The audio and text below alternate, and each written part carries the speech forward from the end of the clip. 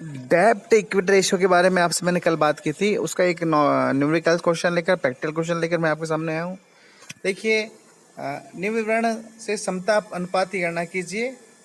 From the following particulars calculate डेब्ट equity ratio. Equity share capital है हमारे यहाँ 1,00,000 रुपया, प्रेफरेंस शेयर कैपिटल है 50,000 रुपया, जनरल रिजर्व है, I repeat again, equity share capital है 1,00,000 रुपए, प्रेफरेंस शेयर कैपिटल है 50,000 रुपए, जनरल रिजर्व है 1,30,000 रुपए, प्रॉफिट एंड लॉस अकाउंट का बैलेंस है 20,000 रुपए। 10% के डिबेंचर्स, 10% जो डिबेंचर्स है, debenture at the rate of 10% है 20,000 रुपए के।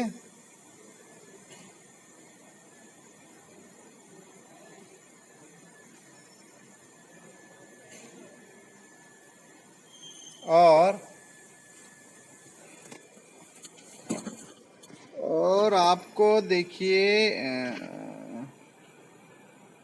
नहीं, जो डिबेंचर्स है वो 1,00,000 रुपए के हैं, बैंक ओवरड्राफ्ट 20,000 रुपए का है, क्रेडिटर 40,000 रुपए के हैं, प्रोविजन फॉर टैक्सेस 40,000 रुपए का है, आउटस्टैंडिंग एक्सपेंसेस 35,000 रुपए का है, प्रपोज डिविडेंड 65,000 रुपए का है।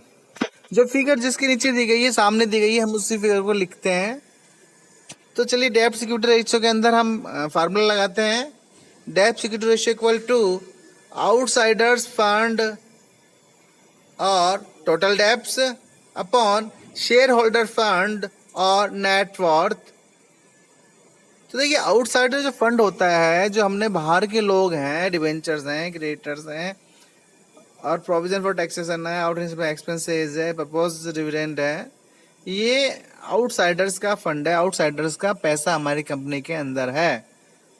तो उसके अंदर जो हमारी कंपनी के जो शेयर होल्डर्स हैं, जिसे वो इनसाइड फंड भी बोलते हैं हम कई बार, शेयर होल्डर फंड का जो है पैसा, उसका भाग मैं दे देता हूँ।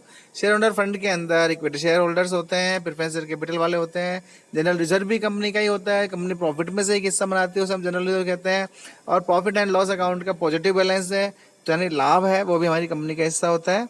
तो ऐसे बोलते हैं हम शेयर होल्डर्स फंड या नेट फंड, नेट संपत्ति। तो चलिए हम कैलकुलेट करते हैं। देखिए, पहले आउटसाइडर फंड के अंदर हम डिबेंचर्स का योग लगाते हैं। डिबेंचर्स कितना है देखिए आप, डिबेंचर्स 1,00,000 रुपया। बैंक ओवरड्राफ्ट देखिए, बैंक ओवरड्राफ्ट है आपका 20,000 रुपये। क्रेडिटर्स देखिए, क्रेडिटर्स है 40,000 रुपये का, और प्रोविजन फॉर टैक्सेशन है 40,000 रुपये का, प्रोविजन फॉर टैक्सेशन 35,000 रुपये का, और प्रपोज डिविडेंड है 65,000 रुपये का। अगर इन सबको मैं करता हूँ तो देखिए कितना हो गया, 1,20,000, 1,60,000, 1,60,000, 2,00,000, 2,00,000, 2,00,000, 2,00,000 और 65 और 35, 3,00,000। तो देखिए टोटल हो गया 3,00,000। 3,00,000 अपॉन शेयर होल्डर्स फंड। अब शेयर होल्डर्स के अंदर कितना पैसा है देखिए, equity share capital, preference share capital, general reserve and profit and loss account का पॉजिटिव बैलेंस जो प्रॉफिट है। तो इक्विटी शेयर होल्डर्स आपको कहते हैं 1,00,000 रुपये, प्रेफरेंस शेयर कैपिटल है 50,000 रुपये, प्रेफरेंस शेयर कैपिटल आपको दिख रही है, मेरे को भी दिख रही है यहाँ पर 1,00,000,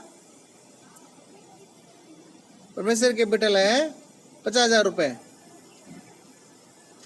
और जनरल रिजर्व है, जनरल रिजर्व की बात कर रहा हूँ मैं,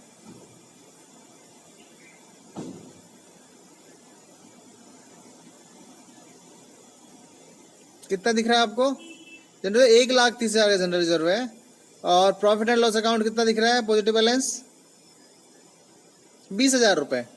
तो इन सबको मैं टोटल कर देता हूँ, 1,50,000, 1,30,000, 1,50,000, 1,00,000, 3,00,000।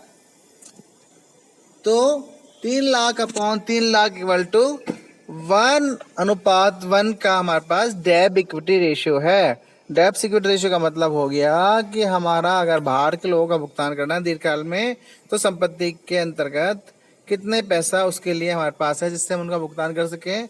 तो 1:1 के अनुपात में हमारे पास पैसा मौजूद है। अगले क्वेश्चन में फिर लेके आता हूँ। Thank you very much.